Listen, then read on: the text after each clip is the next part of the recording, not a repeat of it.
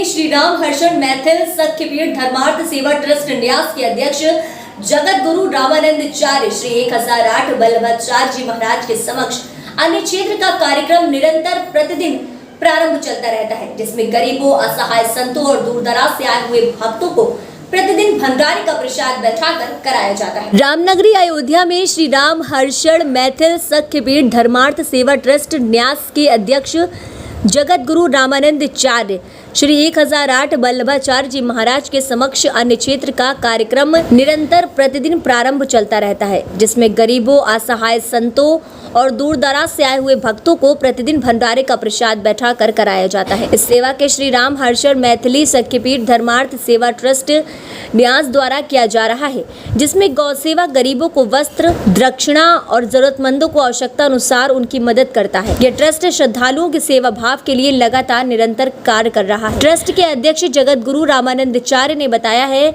कि यह ट्रस्ट गौ सेवा, मानव सेवा लगातार कर रहा है और गरीबों की मदद लगातार 2017 से कर रहा है। महेश जगत गुरु ने कहा है कि यह ट्रस्ट सभी श्रद्धालुओं का है और सभी लोगों को इसमें आगे बढ़कर ट्रस्ट में भाग लेना चाहिए। जो कर रहा है और क्या इसका मेन उद्देश्य?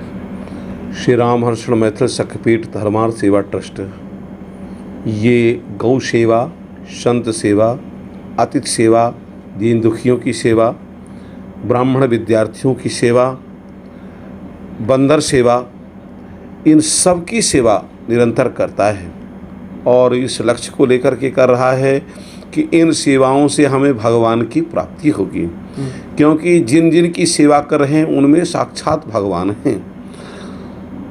सर्वम पश्यति इति वासुदेवः, जो चराचर जगत में निवास करता है उसका नाम है वासुदेव। जो समस्त विश्व में रमण करता है उसका नाम है श्री राम। रमन्ते योगिनो ह्यस्मिन् सत्यानंदे चिदात्मनि, समस्त योग जन रमणीय श्री राघवेंद्र सरकार ही इन रूपों में विराजमान हैं। वही गरीब भी बन जा रहे हैं, वही दीन दुखी भी बन जा रहे हैं, वही गौ माता बन जा रहे हैं, वही बंदर के रूप में आ रहे हैं। तो इसी भाव को लेकर के यह ट्रस्ट निरंतर सेवा कर रहा है 2017 से लेकर के और करता रहेगा। यहाँ आने वाले जो गरीब विद्यार्थी हैं उनको भी वस्त्र, भोजन की व्यवस्था दी जाती है। प्रयास ये किया जाता है कि दूर दूर से जो भी भक्त प्रेमी श्रद्धालु आते हैं उनको इस दरवाजे से भूखा न लौटा जाए। उनको भोजन की व्यवस्था और आवास की व्यवस्था अवश्य ही प्रदान हो और अयोध्या धाम से वो संतुष्ट होकर के जाएं। उन्हें ये पता लगे कि हम अयोध्या धाम में श्री राम जी की पुरी से आ रहे हैं, श्री राम जी का दर्शन और हमारे राम जी अयोध्या में आने पर स्वागत करते हैं। और ये हम चाहेंगे भी कि ये ट्रस्ट जो हमारा संपूर्ण भारतवर्ष में चल रहा है, इसमें संपूर्ण भारतवर्ष के लोग लग करके इस कार्य को आगे बढ़ाएं। अपने अपने घरों से थोड़ी थोड़ी भाग भी निकालेंगे तो बहुत होगा। प्रयास तो ये करना चाहिए धर्म संहिता के अनुसार कि अपनी कमाई का दशमांश भगवान की सेवा में लगावे। तो दशमांश एक स्थान पर नहीं, वो और स्थानों पर भी लगाएं, पर कुछ न कुछ अंश इस ट्रस्ट को ही लगा कर, ट्रस्ट में भी लगा करके गरीबों की, दीन दुखियों की सेवा करें। अन्य क्षेत्र जो चल रहा है उस अन्य क्षेत्र में जितना सहयोग हो सके उतना प्रदान करें। देखो, इसका मतलब ये मत मान लेना कि हम भिक्षा रिटर्न कर रहे हैं, मांग रहे हैं।